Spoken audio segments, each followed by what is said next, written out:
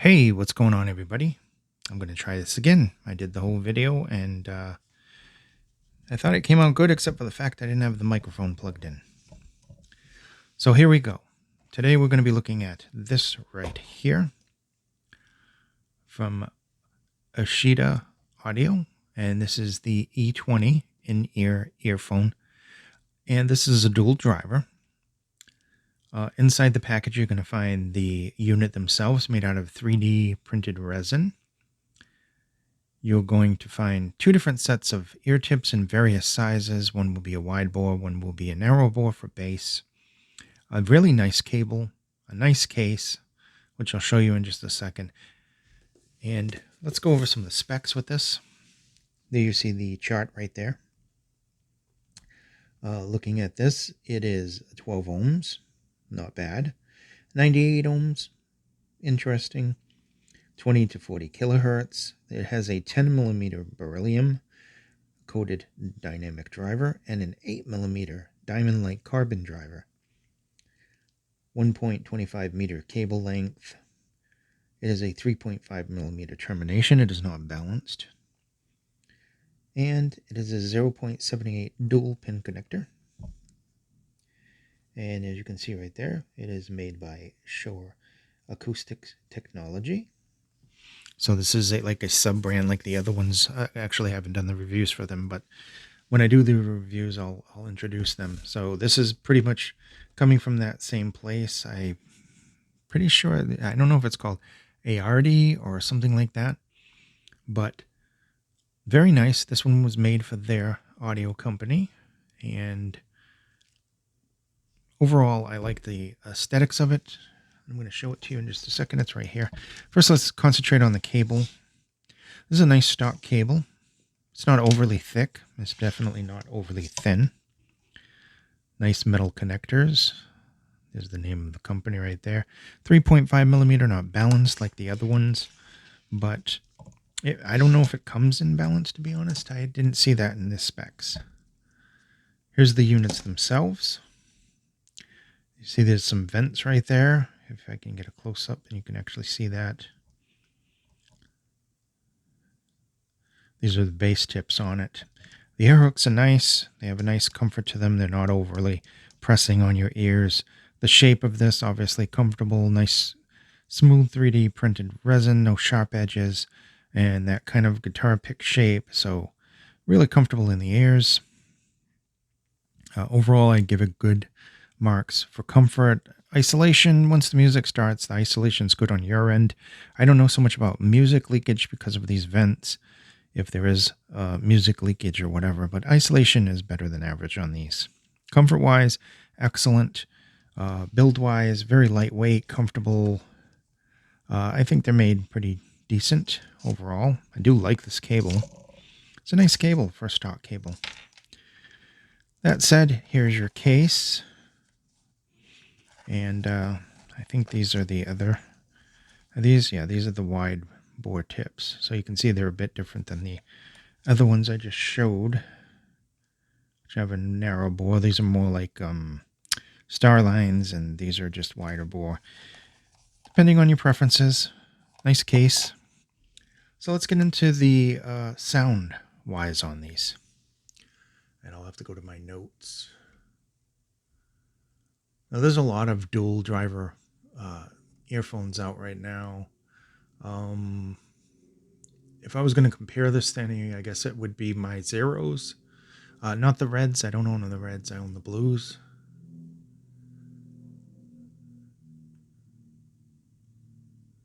So we already went over the specs. So anyway, the first listening on these, I thought, wow, this is really interesting. They have kind of like a nice, kind of like a smooth, balanced kind of signature. Then I'm listening to the bass, and depending on the music you're going to listen to, you get a different kind of experience with these. But I noticed that when the lows were called upon, they had a very nice, deep rumble to them. And the funny thing with this is that the bass, while it is impactful, it's just a nice, deep dynamic bass. There's a nice wide kind of presentation to the bass here, like you're sitting in front of a stereo system. Maybe not so much with a subwoofer, but just like full range speakers. I guess that's what I would call it. A nice full range kind of bass kind of sound overall to this. There's a nice body and texture there, but there's also very, very good control. So it makes it a nice quality kind of bass. And for something in this price range, that's really nice to get as a nice quality bass. I got to admit, I was surprised with that. Moving on into the mid-range, you got kind of a little bit north of neutral there. It has some nice texturing. There is details. They're kind of smooth details, but there are some really nice details. And vocals in general have just a really nice kind of emotional kind of feeling to them, both male and female. It doesn't uh, extend either one of those. There's no shoutiness. There's no in your face. They're forward, but they're not overly forward. They're kind of just in front of the music. Not right in front of your face, like if you were listening to a band and the person jumped out of the stage and went right into your face. I've had IMs like that before, and they're horrible. This one is nice. It's got a nice positioning. I would say it is just slightly forward center when we're talking about the vocals. There's very good separation and clarity here. I think it works well with no matter what you're listening to. You're listening to jazz, lo-fi, anything like that, pop, rock. It did actually have some really nice, especially with the mid bass. There's very nice kind of speed and just overall the impact. Where even speed metal, like listening to Lamb of God or something like that, um, it really kept up and it wasn't overdone. Some things like the Nova, I would never listen to speed metal with the Nova. The bass is just too powerful, and with the dual drums and the kick drums, it just doesn't work. This works. It does work. So that's a good thing for it. Maybe it's not ultimately the best for that. I think something a little bit more neutral would be better. Well, at least a lot of people that listen to that type of music and told me they like it more neutral towards something like that. Obviously, you don't want it anemic, but you don't want it overly emphasized. I think this, though, works for that. So anyway, there's good clarity here in the mid-range, good vocals, good separation between the different instruments, and just ultimately, I think that the body is not overly thick, and it's way far from thin. I think it's just in a just right kind of field when we're talking about the mid-range. So very good mids on this in a nutshell. Moving into the treble. Now the treble, in my opinion, is pretty good, especially for something like this. That's two dynamic drivers. I think it has a good amount of detail there. It has some nice air, and it has some nice kind of sparkle. And there's no sibilance. There's no sharp, spiky things going on here. It's just really kind of like a linear kind of treble. I think that it goes up gradually. And I should mention that with the bass, that the bass had a kind of a really nice natural decay to it too. So it didn't just suddenly drop out of nowhere, and it didn't linger on just muddying everything up. It was very clean and had a nice fast decay. And I think I can say that about the treble. It has a nice natural decay that rolls off naturally and gradually, and doesn't have those hills and valleys, or at least not to my ears. Let me look at the chart one more time. No, it's not overly peaky there. Overall, this just has a nice kind of smooth performance. Looking at the chart there are some little extensions at the end and everything in that little bump there. But I mean, ultimately, super pleasant sounding, non-offensive. And yet it still has some nice musicality to it. It still has some very good bass to it. And of course, like the treble, there's very good sparkle. There's nice details. There's nice air there. And I think that each one of the things kind of complements each other. So it's very nice in that range, and especially for the price. Now, talking about technicalities, like I said, there's really good air. There's good separation here. Sound stage is very wide. And not only is it wide, it's also like super accurate. Imaging is very good with this.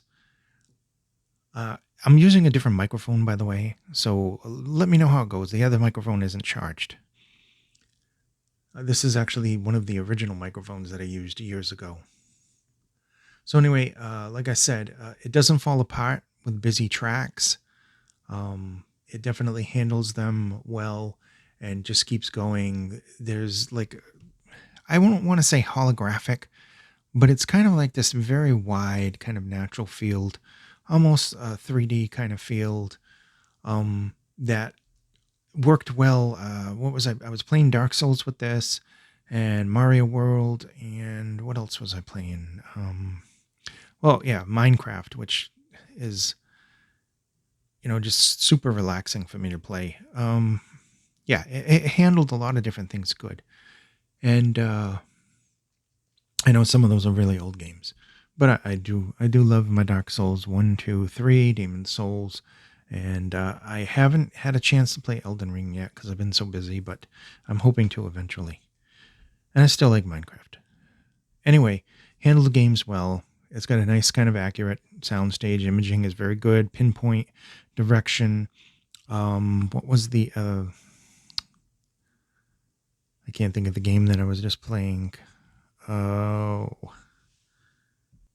Trying to think, what was it? Doom Champions or something like that. One of those Steam games that are free right now. Oh, I would play the Halo one, the new Halo one I was playing as well. And you could hear the footsteps coming up on you and everything else like that. So yeah, excellent for gaming, excellent for music consumption, excellent for videos and whatnot. It just does a really good job.